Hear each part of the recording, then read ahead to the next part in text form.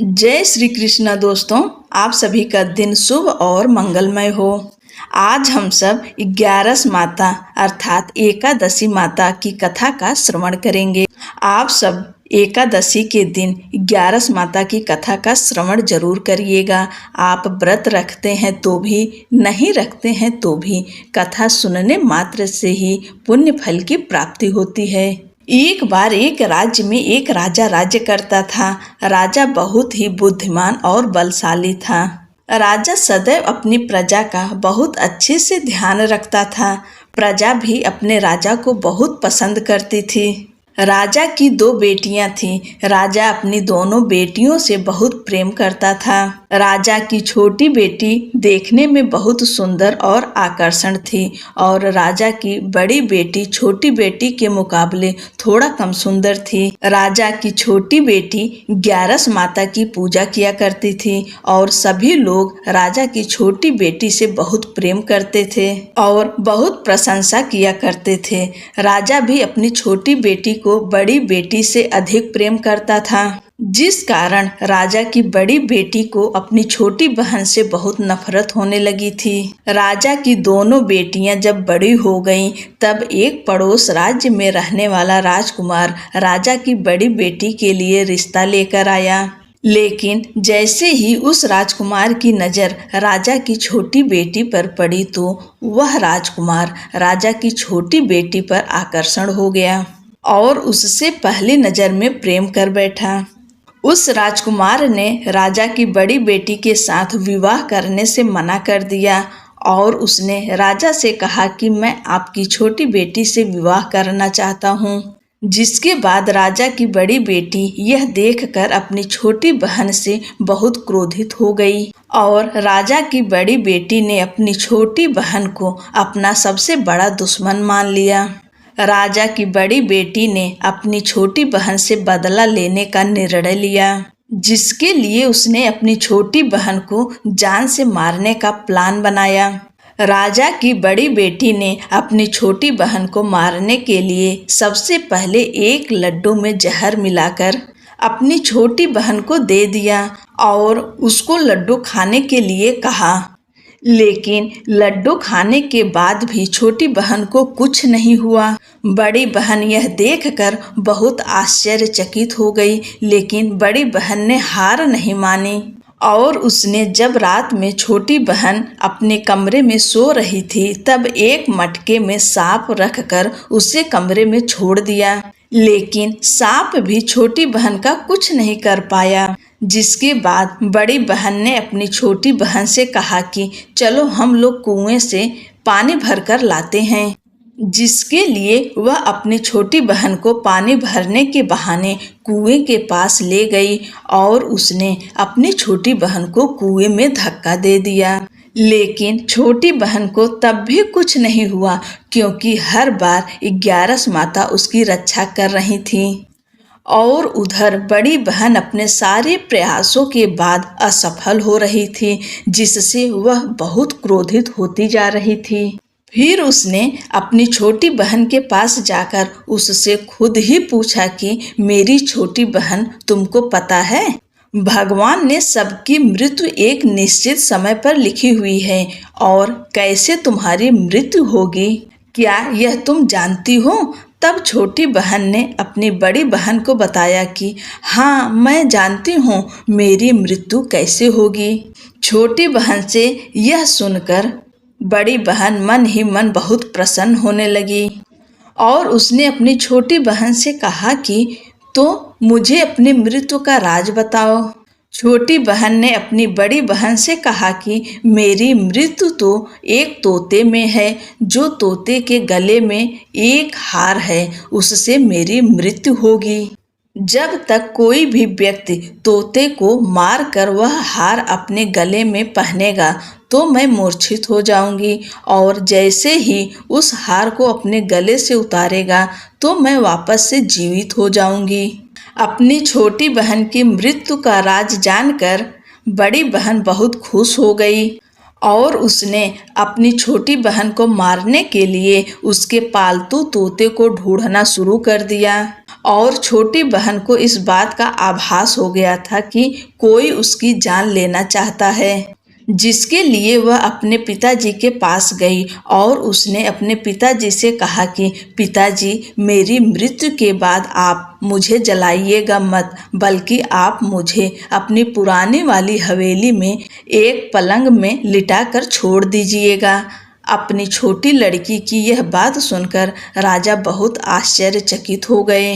राजा ने अपनी छोटी बेटी से पूछा, बेटी, तुम ये क्या कह रही हो?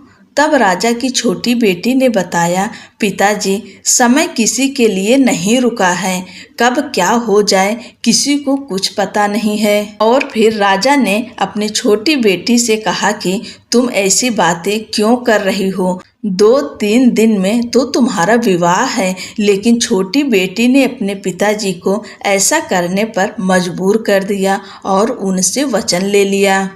राजा ने भी अपनी छोटी बेटी की बात स्वीकार कर ली और 2-3 दिनों के बाद जब शादी का समय आया तब राजकुमार बारात लेकर राजा के घर आया और राजकुमार और राजा की छोटी बेटी का विवाह शुरू हो गया।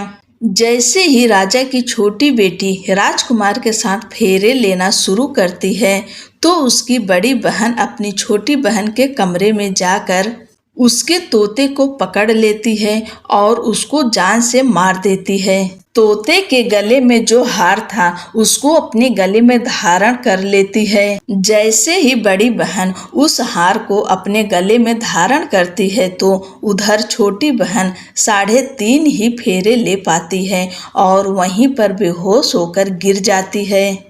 जिसके बाद राजा ने बड़े बड़े दर्द हकीमों को बुलवाया और अपनी छोटी बेटी का इलाज करने के लिए कहा। राजा की बात सुनकर वैद्य ने छोटी बेटी को जब चेक किया तो राजा को बताया कि आपकी छोटी बेटी ना तो जीवित है और ना ही मरी हुई है। यह मैं ऐसा पहली बार देख रहा हूँ। राजा ने वैद्य और हकीम को यह बात बाहर बताने से मना कर दिया और उनको कहा कि अगर तुमने यह बात किसी को बाहर बताई तो हम तुम्हें फांसी दे देंगे। राजा ने अपनी छोटी बेटी को पुराने महल में ले जाकर एक पलंग पर लिटा दिया और वहां पर कुछ सैनिक को तैनात कर दिया। वापस अपने महल पर आ गया। राजा की बड़ी बेटी अपने पिताजी के पास आई और कहने लगी, पिताजी, अगर यह शादी संपन्न नहीं हुई तो आपकी इज्जत का क्या होगा? आप कहें तो मैं आपकी इज्जत बचाने के लिए राजकुमार से शादी करने के लिए तैयार हूँ। जिसके बाद राजा ने बड़ी बेटी को छोटी बेटी के कपड़े पहनाकर मंडप पर भेज दिया। लेकिन राजकुमार यह जान गया कि यह राजा की छोटी बेटी नहीं है बल्कि यह राजा की बड़ी बेटी है। लेकिन जब राजकुमार ने शादी करने से मना किया तो सभी लोगों ने राजकुमार को विवश करके राजा की बड़ी बेटी से बचे हुए फेरों को संपन्न करा दिया और विवाह करवा दिया। जिसके बाद राजकुमार राजा की बड़ी बेटी को अपने महल ले गया। राजकुमार राजा की बड़ी बेटी से ना तो बात करता था, न ही उसको पसंद करता था और ना ही उसके आसपास भटकता था। और राजकुमार ने यह फैसला लिया था कि वह अपनी प्रेमिका को ढूंढ कर रहेगा और यह जानकर रहेगा कि उसके साथ क्या हुआ है। एक दिन राजकुमार अपने घोड़े पर सवार होकर राजा के पुराने महल के पास पहुंच गया, जहां पर उसने कुछ सैनिकों को देखा। महल के पास पहुंचकर राजकुमार ने जब महल को ध्यान से देखा तो वह समझ गया कि यह तो हमारे ससुर जी का महल है। तब राजकुमार ने सैनिकों से पूछा, तुम लोग यहाँ क्या कर रहे हो और इस महल के अंदर उस पलंग पे कौन लेटा है? जिसके बाद सैनिकों ने बताया कि यहाँ पर राजा की छोटी बेटी लेटी है। यह सुनकर राजकुमार बहुत प्रसन्न हो गया और वह तुरंत अपनी प्रेमिका के पास पहुँच गया और उसकी सेवा करने लगा। जैसे ही रात हुई तो राजा की छोटी बेटी उठकर खड़ी हो गई। राजकुमार यह देखकर बहुत खुश हो गया और उसने अपनी प्रेमिका से पूछा कि तुम यहाँ क्या कर रही हो? तुम मेरे साथ मेरे घर चलो। राजा की छोटी बेटी ने राजकुमार को सारी बातें बता दी कि मेरी जान एक तोते में बसी थी और मैंने यह बात सिर्फ अपनी बड़ी बहन को बताया था और मुझे पता है कि उसने ही मुझे मारने का प्रयास किया है। उसके पास एक हार है जिसको वह सुबह पहन लेती है और रात को उतार देती है। जब तक वह हार को पहने रहती है तब तक मैं मूर्छित रहती हूँ और जैसे ही वह हार को उतार देती है तो मैं जीवित हो जाती हूँ। और जब तक मेरी बड़ी बहन के पास वह हार है तब तक मैं ऐसे ही जीवित और मूर्छित होती रहूँगी। अगर मेरी बड़ी बहन के पास जो हार है वह मेरे हाथ में लग जाए तो मैं हमेशा के लिए जीवित हो जाऊंगी। राजकुमार यह बात सुनकर राजा की छोटी बेटी के पास रहने का निर्णय ले लिया और उसने अपने बचे हुए सारे फेरे उस पलंग पे लेटी राजा की छोटी बेटी के साथ ले लिए और अपना विवाह पूर्ण कर लिया और वहीं पर ही रहने लगा। देखते ही देखते कुछ समय में राजा की छोटी बेटी और राजकुमार की पत्नी पेट से हो गई। एक दिन राजकुमार को किसी काम से बाहर जाना पड़ा। तब छोटी बहन के पेट में बहुत तेज दर्द होने लगा, जिसके बाद उसने 11 माता का आवाहन किया, जिसके बाद वहां पर 11 माता प्रकट हुई और उन्होंने अपने भक्तों के दर्द को दूर किया और एक पुत्र की प्राप्ति करवाई। और वहीं पर अचानक से राजकुमार भी आ गया। राजकुमार ने 11 माता को देखा तो वह आश्चर्यचकित हो गया और उसने तुरंत माता को प्रणाम किया और 11 माता ने राजकुमार से कहा कि जब तुम्हारा पुत्र 5 वर्ष का हो जाए तो तुम अपनी पत्नी का हार लाकर इसके गले में डाल देना। और देखते ही देखते राजकुमार और राजा की छोटी बेटी का पुत्र 5 वर्ष का हो गया। तो राजकुमार अपने बेटे से कहता है कि बेटा, मैं कुछ काम से बाहर जा रहा हूँ, तुम अपनी माता का ध्यान रखना, और वहाँ से चला जाता है।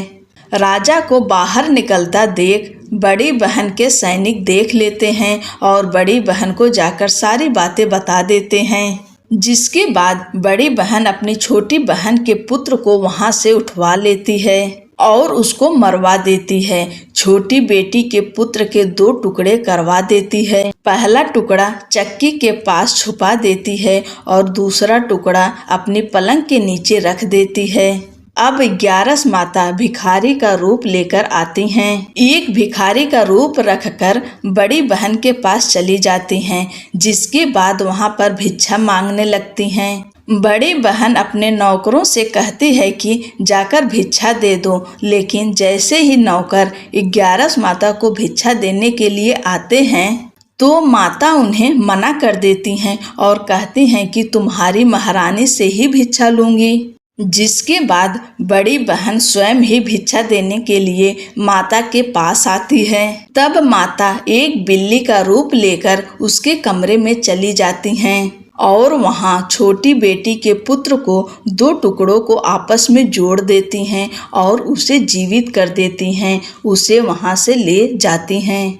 राजकुमार अपने बेटे को लेकर अपनी पत्नी के पास जाता है और उसे कहता है कि तुम इसका ध्यान रखना।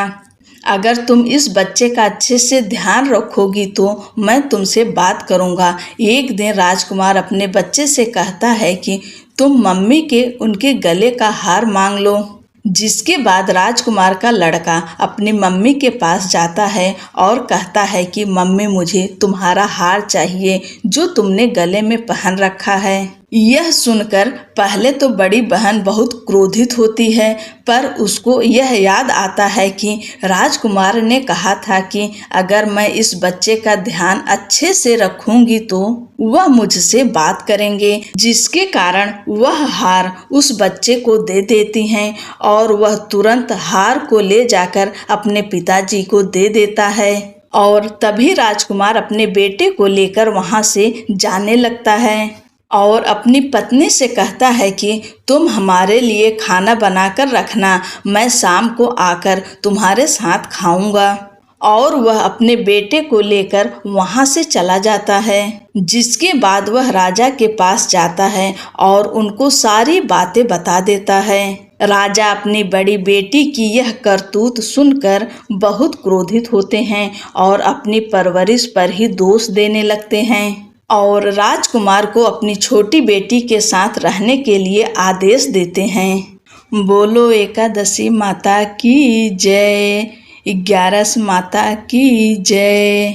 ही एकादशी माता, जैसे आपने राजा की छोटी बेटी के ऊपर अपनी कृपा, अपना आशीर्वाद बनाए रखी हैं, वैसे ही कहानी कहने, सुनने और हुंकारा भरने वाले सभी के ऊपर अपनी कृपा, अपनी दया बनाए रखिए।